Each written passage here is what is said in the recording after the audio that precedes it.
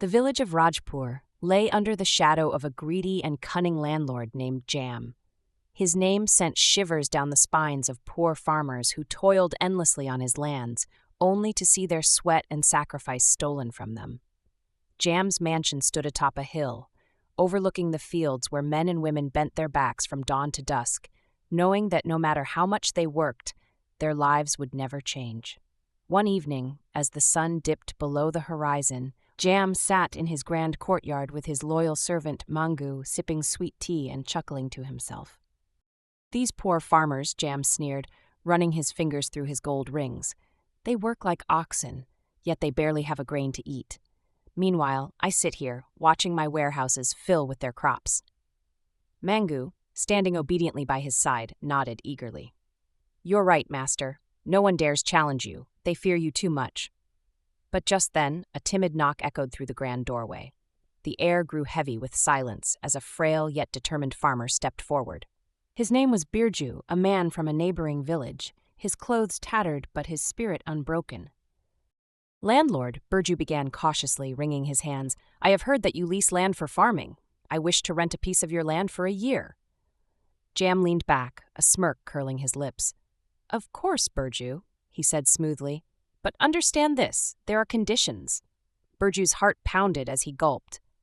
"What conditions, landlord?" he asked, his voice barely above a whisper. "You will work the land for a year," Jam declared, tapping his fingers on the armrest. "And when harvest arrives, you will give me half of the crops. The other half shall be yours." Birju hesitated, then nodded. It was unfair, but he had no choice. Months passed as Birju labored day and night, his sweat mixing with the soil, his hands cracked from relentless toil. He whispered prayers to the wind, hoping the gods would bless his fields. And they did.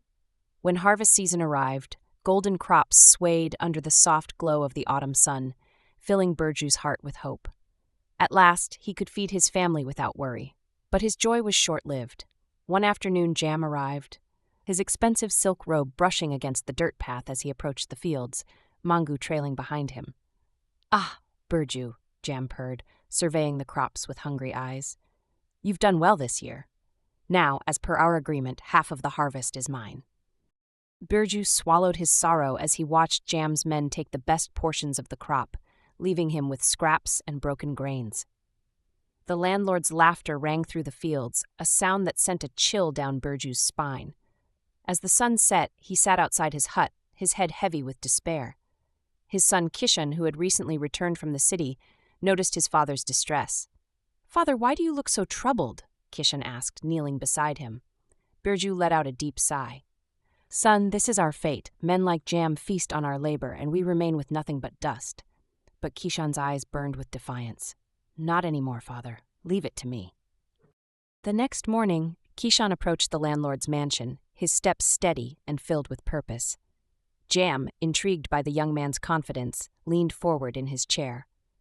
"And what do you want, boy?" he asked, narrowing his sharp eyes. "I wish to lease your land this year," Kishan stated boldly.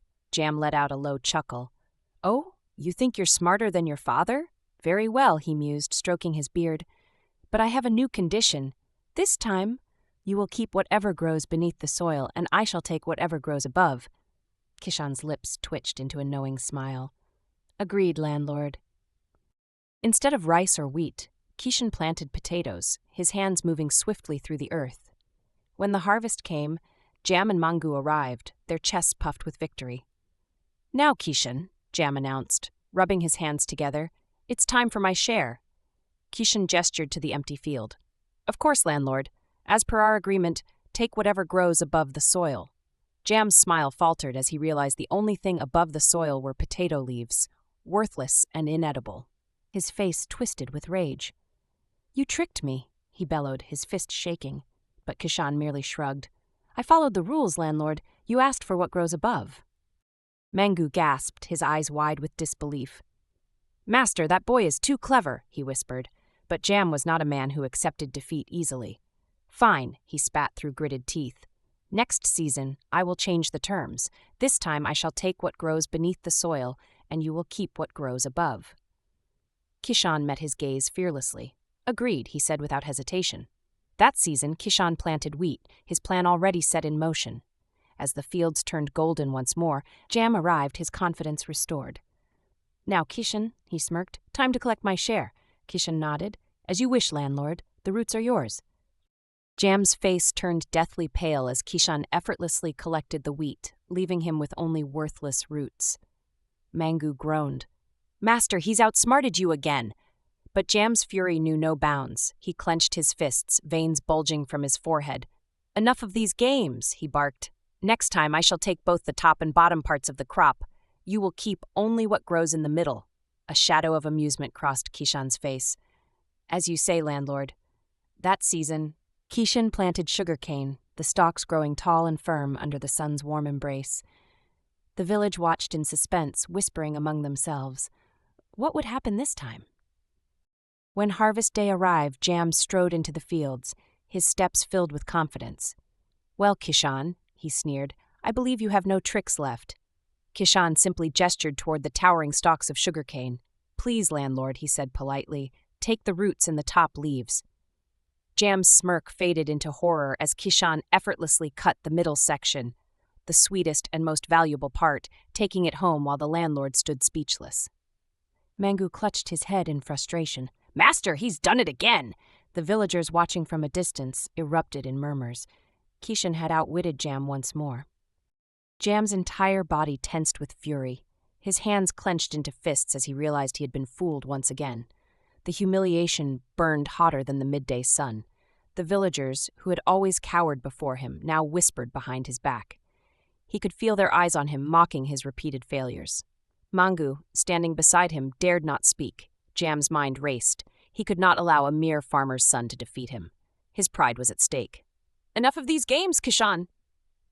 He roared. "No more tricks. This time I shall take everything, the roots, the middle, and the top."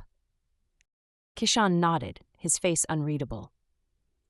"As you wish, landlord," he said calmly. But deep inside, a spark of triumph flickered in his eyes. This was exactly what he had anticipated. As the next farming season arrived, he carefully selected his crop, ensuring that Jam's greed would be his undoing. He planted sesame seeds, a crop that held all its value in the tiny grains hidden inside the pods. The plants grew tall and green, swaying gently in the wind. To an outsider, they looked unimpressive, but Kishan knew the real treasure was locked within. The village waited anxiously. When harvest day finally came, Jam arrived with Mangu, his confidence restored. "This time, Kishan," he said smugly, "I have left no loopholes for you. Everything belongs to me." Kishan smiled and bowed slightly. "Of course, landlord. As per your order, you shall have it all." With a swift motion, Kishan's workers began uprooting the plants, cutting the stalks and gathering the tops. Everything was placed in front of Jam in large piles. He grinned, relishing his victory. But as he examined his prize, his smile faded. Something was missing. The actual sesame seeds, the real crop, were nowhere to be seen. Jam's breathing grew heavy. "Where are the seeds?" he demanded. Kishan feigned innocence. "Why, landlord, you claimed everything, the roots, the stalks, and the tops. But the seeds, they were inside. They were never part of the agreement." Jam's face turned red, his rage boiling over. Mangu gasped, shaking his head in disbelief. "Master, he's outsmarted you again." The villagers could no longer contain their laughter. They erupted into cheers, celebrating Kishan's victory. Jam, the once feared landlord, had been bested by a mere farmer's son. His arrogance had led to his downfall. But Kishan was not done yet. Stepping forward, Kishan addressed the crowd. "For years, this village has suffered under the weight of unfairness," he declared. "Men like Jam have exploited our labor while we starved. But today, we prove that intelligence and resilience are stronger than greed." The villagers nodded, murmuring in agreement. Jam, still reeling from his loss, collapsed onto the ground, his pride shattered. He had never imagined a mere farmer's son could turn the tables on him so effortlessly. The once mighty landlord who had ruled over them with an iron fist now looked small and powerless. His reign of greed had ended. As silence fell over the field, Jam slowly raised his head. His eyes no longer burned with anger, but with something else, understanding. For the first time, he saw the villagers not as helpless laborers, but as people who deserved respect. He sighed deeply, rubbing his temples. "Kishan," he finally said, his voice quieter than before, "you have taught me a lesson I will never forget." The villagers exchanged surprised glances. Was the cruel landlord truly admitting his mistakes? Even Mangu, who had been at his side for years, seemed unsure of what to make of this unexpected change in tone. Jam stood up, dusting off his expensive robes. "I have been blind," he continued, "blinded by greed, but no more." He turned to the crowd, his voice now filled with something unfamiliar, genuine regret. "From this day forward, I return all the lands I took from you. No more unfair deals, no more trickery. You shall be paid fairly for your labor." Gasps rippled through the villagers. Was this truly happening? Kishan remained still, studying Jam's face carefully. He could see it, the weight of realization settling in. The once proud landlord had finally understood the injustice he had caused. The villagers erupted in cheers, tears glistening in their eyes. For the first time in years, hope had returned to Rajpur. Families embraced, knowing that their struggles had not been in vain. Kishan smiled, feeling a deep sense of fulfillment. His father, Birju, placed a hand on his shoulder, his eyes filled with pride. "You have done what we never could, my son," he whispered. "You fought without violence. You used wisdom to win against cruelty." Kishan nodded, his heart swelling with pride. This was not just a victory for him, it was a victory for every farmer in the village. As the sun set over Rajpur, painting the sky in shades of gold and crimson, Kishan watched the villagers celebrate. Children ran freely, laughter filling the air. The darkness that had once loomed over the village had lifted. Even Jam, now standing among the people, seemed lighter, as if a burden had been removed from his soul. Kishan walked up to him and extended a hand. "A fair landlord is a respected landlord," he said. Jam hesitated, then grasped Kishan's hand firmly. "And a wise farmer is the true king of the land," Jam replied. The village had changed forever. From that day forward, Rajpur flourished. The once cruel landlord became a fair and just leader, ensuring that no farmer suffered under unfair conditions again. Kishan became a hero, not just for his cleverness, but for his courage in standing against injustice. His name was whispered with admiration throughout the land, a symbol of resilience and wisdom. The story of how a young farmer's son outwitted a greedy landlord spread far and wide, inspiring many. And so, Rajpur prospered, not just in wealth, but in unity and justice. For in the end, intelligence and perseverance always triumph over greed.